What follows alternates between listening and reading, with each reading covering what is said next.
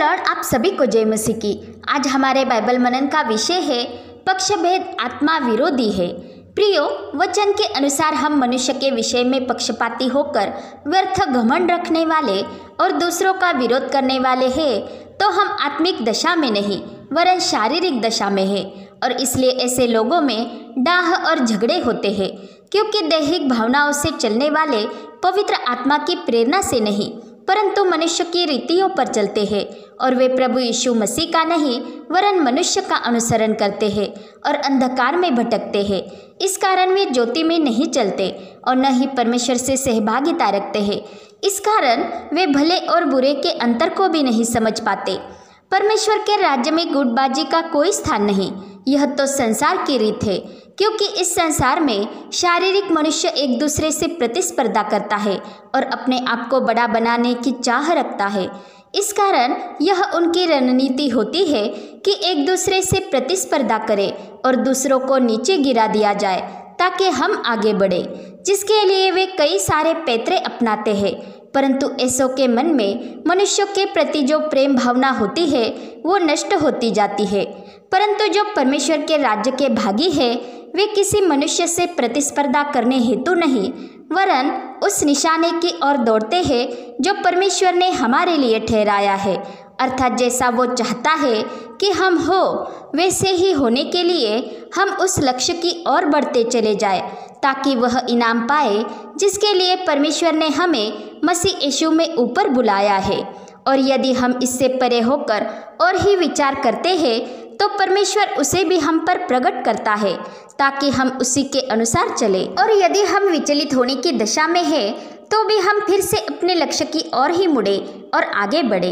इसलिए पौलुस कहता है कि हे भाइयों, मेरी यह भावना नहीं कि मैं सब कुछ पा चुका हूँ, परंतु केवल एक काम करता हूँ कि जो बातें पीछे रह गई है उनको भूलकर आगे की बातों की ओर बढ़ता हुआ निशाने की ओर दौड़ा चला जाता हूँ। अर्थात ऐसे जन मनुष्य से भी प्रेम से चलते हैं और किसी के प्रति भी अपने मन में बदले की भावना को नहीं पनपने देते हैं। परंतु ऐसे परमेश्वर के जन जो मसीह में है वे मसीह की शिक्षा से जो पवित्र आत्मा से प्रेरित है उसके द्वारा एक दूसरे को बोध करते हैं, भटके हुओं को समझाते हैं, निर्बलों को संभालते हैं और आपस में मेल रखते हैं और प्रभु की आज्ञा अनुसार एक दूसरे से प्रेम रखते हैं। इसी से वे मसीह के चेले ठहरते हैं। और प्रभु यीशु मसीह भी यह चाहता है कि जहाँ वो है वहाँ हम भी उसके साथ हो, ताकि हम उसकी उस महिमा को देखें जो पिता ने उसे दी है। और हम जानते हैं कि यीशु और पिता एक है,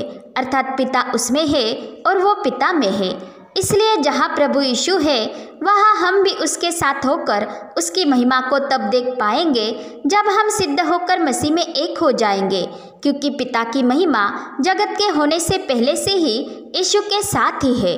परंतु हम जानते हैं कि हमारा उद्धार करने के लिए और हमें अनंत जीवन दिलाने के लिए ही प्रभु यीशु मानव रूप धारण करके इस जगत में आया और उसने अपने आप को शून्य कर दिया और वह मनुष्य की समानता में हो गया। यद्यपि परमेश्वर ने सब कुछ उसके अधीन कर दिया था, इसलिए मनुष्य सब कुछ उसके अधीन तब नहीं देख पाया जब उसने क्रूस की मृत्यु को सहा, क्योंकि उसे स्वर्गदूतों से कुछ ही कम कर दिया गया था, ताकि वह परमेश्वर के अनुग्रह से हर एक मनुष्य के लिए मृत्यु का स्वाद चखे और मृत्यु के द्वारा ही जिसे मृत्यु पर सत्ता मिली थी उस शैतान को निकम्मा कर दे, और जितने मृत्यु के भय के मारे जीवन भर दासत्व में फंसे थे उन्हें छुड़ा ले। क्योंकि जिसके लिए सब कुछ है और जिसके द्वारा सब कुछ है उसे यही अच्छा लगा कि जब वह बहुत से पुत्रों को महिमा में पहुंचाए तो उनके उद्धारकर्ता को दुख उठाने के द्वारा ही सिद्ध करे। इसलिए प्रभु यीशु मसीह हमारे समान ही मांस और लहू का भागी होकर आया और मनुष्य की समानता में होकर दुख उठाते हुए हमारे पापों के बदले अपने ही निर्दोष शरीर का बलिदान क्रूस पर चढ़ाया और वह पिता के दाहिने जा बैठा। और इस रीति से वह हमारे लिए युगान युग का याजक ठहरा, जो हमारे लिए विनती करने को सर्वदा जीवित है। अर्थात यीशु मसीह जो मानव रूप धारण करके इस जगत में आया वही परमेश्वर और मनुष्यों के बीच में एक ही मध्यस्थ है, क्योंकि परमेश्वर एक ही है। अर्थात परमेश्वर ने अपने और मनुष्यों के बीच में अपने आप को छोड़ किसी को भी मध्यस्थ नहीं ठहराया है, क्योंकि उसी ने ही मसीह में होकर अपने साथ संसार का मेल मिलाप कर लिया और उनके पापों का दोष उन पर नहीं लगाया। इस कारण हर कोई प्रभु यीशु मसीह के पास बड़े हियाव से आ सकता है, क्योंकि उसके पास किसी के लिए भी पक्षपात नहीं, क्योंकि वो ही है जिसने सारे जगत के पाप हर लिए। इसलिए जो कोई प्रभु यीशु के पास आता है और अपने पापों को मान लेता है और अपने पापों से मन फिराकर प्रभु यीशु मसीह को प्रभु और उद्धारकर्ता जानकर उसका अंगीकार करता है, तो वह दोषी नहीं ठहरता, क्योंकि प्रभु यीशु का लहू उसे सब पापों से और सब अधर्म से शुद्ध करता है और विश्वास के द्वारा वह परमेश्वर की धार्मिकता से धर्मी ठहरता है। इसलिए जो उसे छोड़ अपने लिए और मध्यस्थ बनाता है और मसीह की शिक्षा का विरोध करता है, वह पक्षभेद करता है और यीशु मसीह का बलिदान अपने लिए व्यर्थ जानता है। इसलिए ऐसा व्यक्ति झूठी शिक्षा के वश में है, क्योंकि हम जानते हैं कि निर्दोष यीशु जो परमेश्वर का मसीह है वो हमारे लिए ही क्रूस पर चढ़ा है, असहाय होकर नहीं। क्योंकि हम जानते हैं कि पिलातुस यह जान गया था कि यहूदी अगुवे निर्दोष यीशु को डाह के कारण क्रूस पर चढ़ाने की मांग कर रहे हैं और वह यीशु को बचाने का यत्न भी कर रहा था, परंतु प्रभु यीशु मसीह चुपचाप रहा और वह सब कुछ होने दिया जो पिता चाहता था, क्योंकि यह होना परमेश्वर की ओर से ही तय था, जिसका जिक्र नबियों के ग्रंथ में है और पवित्र शास्त्र का यह वचन पूरा होना अवश्य था। अर्थात प्रभु यीशु मसीह यहूदा इस्करियोती के विषय में अनजान नहीं था, वह सब कुछ जानता था। और जब उसने अपने चेलों के पाँव धोए थे तो उनके साथ उसने यहूदा इस्करियोती के भी पाँव धोए थे, परंतु उसके विश्वासघात का संकेत पूर्व ही अपने चेलों पर प्रकट करते हुए उसने यहूदा इस्करियोती से कहा था कि जो तू करता है तुरंत कर।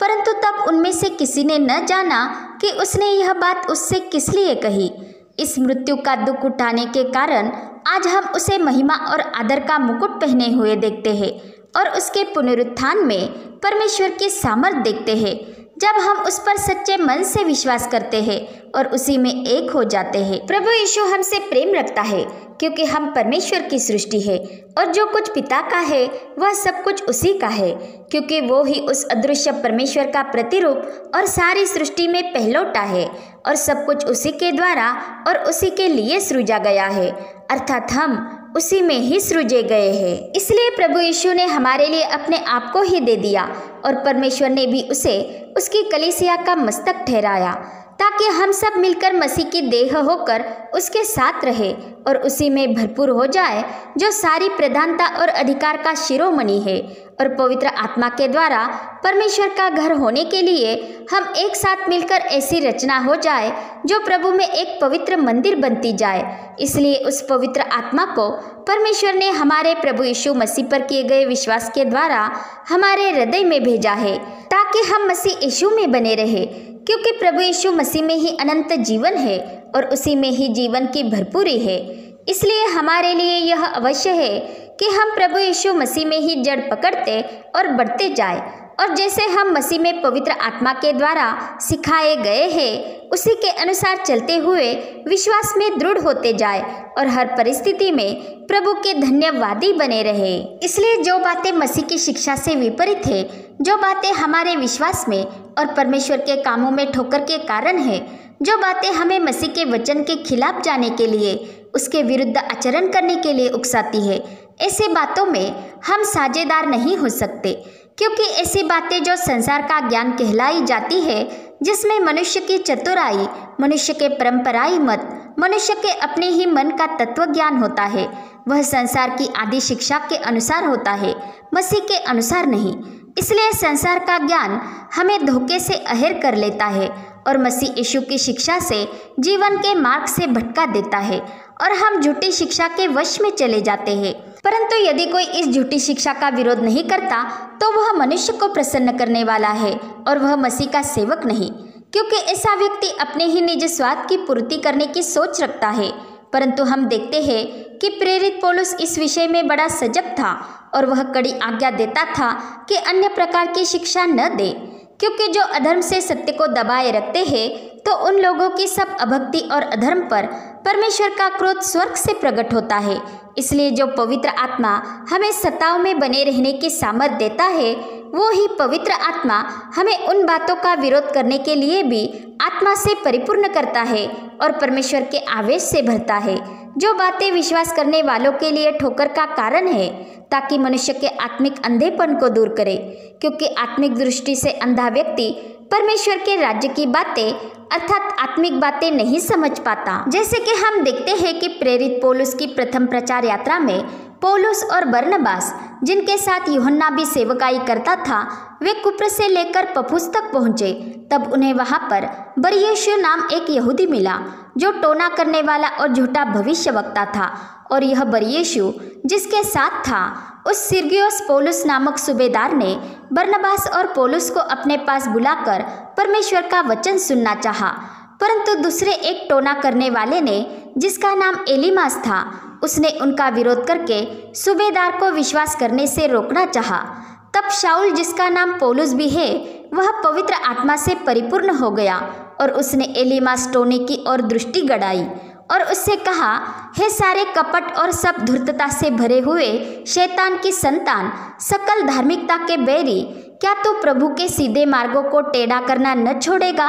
अब देख, प्रभु का हाथ तुझ पर लगा है और तू कुछ समय तक अंधा रहेगा और सूर्य को न देखेगा।